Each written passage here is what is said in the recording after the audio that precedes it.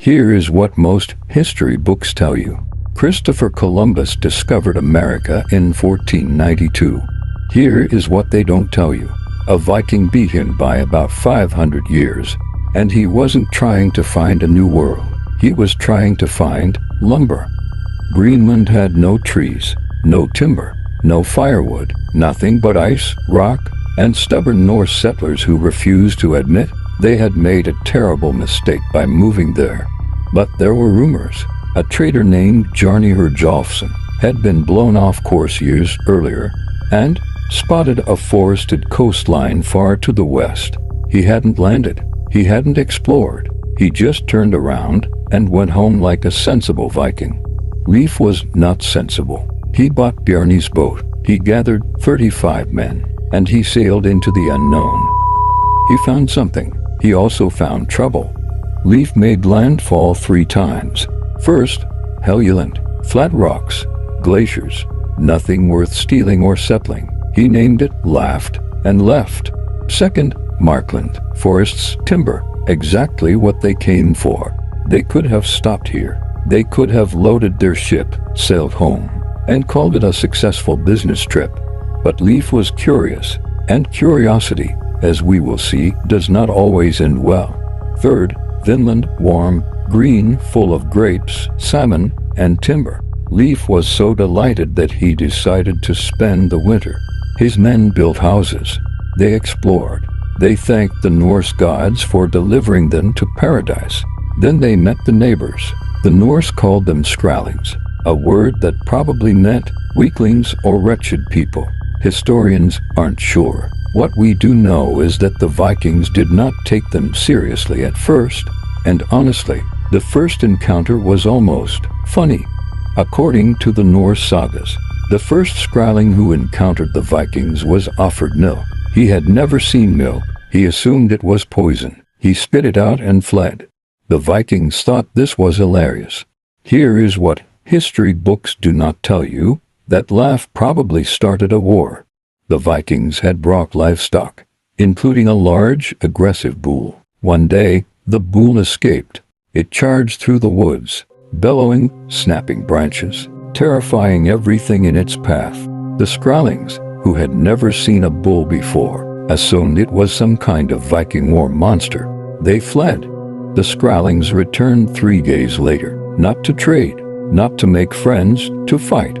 Here is the hidden darkness that the sagas hint at but never fully explain.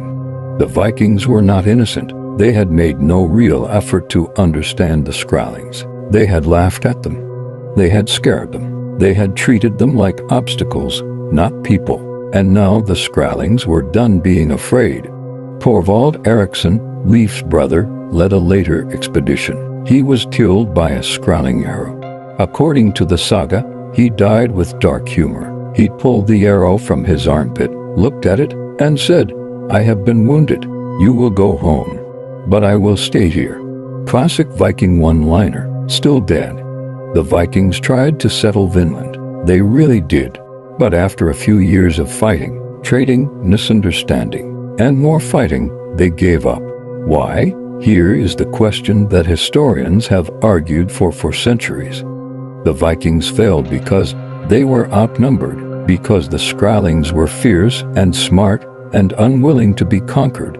Columbus succeeded 500 years later because he brought guns, germ steel, and, most importantly, a willingness to do things the Vikings would not. Columbus enslaved. Columbus massacred. Columbus brought diseases that wiped out entire populations. The Vikings, they mostly just wanted timber and maybe some grapes. Does this make the Vikings good guys? No, they were raiders, slavers, and conquerors in their own right.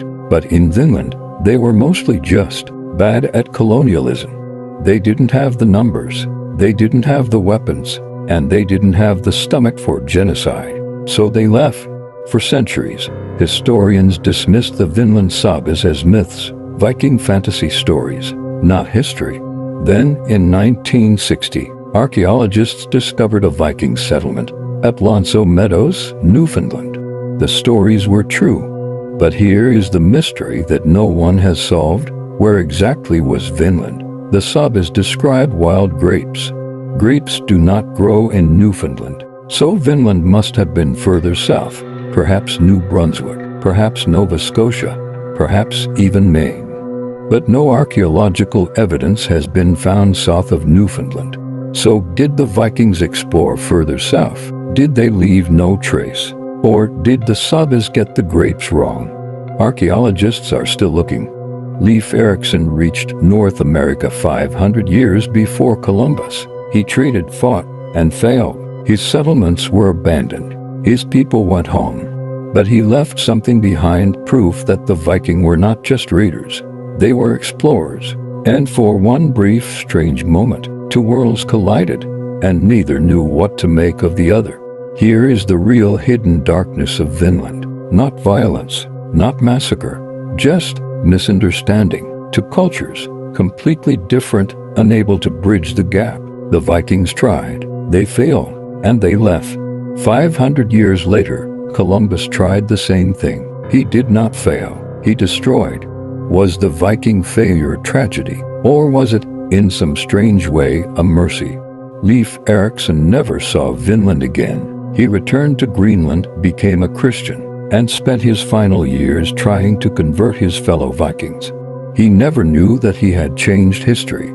Now let me ask you some questions to see if you were paying attention. Did you catch the answers? Number 1. Skraelings. It probably meant weaklings or wretched people. Number 2. He was looking for timber. Greenland had no trees. Number 3. Milk.